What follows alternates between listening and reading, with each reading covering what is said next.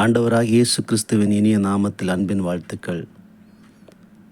நீண்ட காலமான பிரச்சனைகள், போராட்டங்கள், வியாதிகள், இந்த பிரச்சனையிலிருந்து எனக்கு ஒரு விடுதலை கிடைக்காதா? இந்த பிரச்சனையை யாராவது எனக்காக தீர்த்து வைக்க மாட்டார்களா? யாரை நம்பலாம்? யாரிடம் சொல்லலாம்? என்னுடைய பிரச்சனைகளை என்று நினைத்து கொண்டிருக்கிறீர்களா? பக்தனாகிய யோபு தன்னுடைய வாழ்க்கையிலே வந்த பிரச்சனைகள் மத்தியில் அவர் சொல்லுகிற வார்த்தை யோபு 17ஆம் அதிகாரம் 3வது வசனத்திலே பார்க்கிறோம்.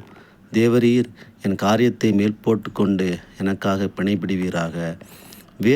வேற யார் எனக்கு கை கொடுக்கத்தக்கவர் என்று அறிக்கையிடுகிறார். அவர் யோபு எல்லா சூழ்நிலையிலும் அவர் ஆண்டவரை பார்த்து, ஆண்டவரை என்னோடய பிரச்சனைகள் எல்லாம் நீங்கள் மேல் போட்டு கொள்ளுங்க, ஏன்னா நீங்கள் மாத்திரமே எனக்கு இந்த பிரச்சனைகள் மத்தியில் எனக்கு ஒரு விடுதலை தர வல்லவர் என்பதை அவர் அணிந்திருக்கிறார். இதை அப்போஸ்தலனாகிய பேதுரு தன்னுடைய நிருபத்திலே 1 பேதுரு 5ஆம் அதிகாரம் 7வது வசனத்திலே சொல்லுகிறார்.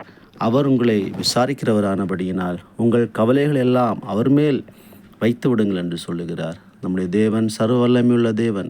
நம்முடைய எல்லா பிரச்சனைகள் மத்தியில் அவர் நமக்கு உதவி செய்து நம்மளை அவர் விசாரிக்கிற தேவன். என்ன பிரச்சனையோ நம்ம எல்லா பிரச்சனைக்கும் அவர் விசாரிக்கிறவர் மாத்திரமல்ல, அதற்கு அவர் தீர்வையும் தருகிற தேவனாய் இருக்கிறபடியினாலே நம்முடைய எல்லா விதமான பாரங்கள், நம்முடைய எல்லா விதமான வேதனைகள், நம்முடைய எல்லா விதமான கவலைகளையும் ஆண்டவருடைய நாம் சொல்லி ஆண்டவர் நமக்கு உதவி செய்யும்படி அவரை வேண்டுகொள்வோம். கர்த்தர் இந்த வார்த்தையினால் உங்களை ஆசீர்வதிப்பாராக.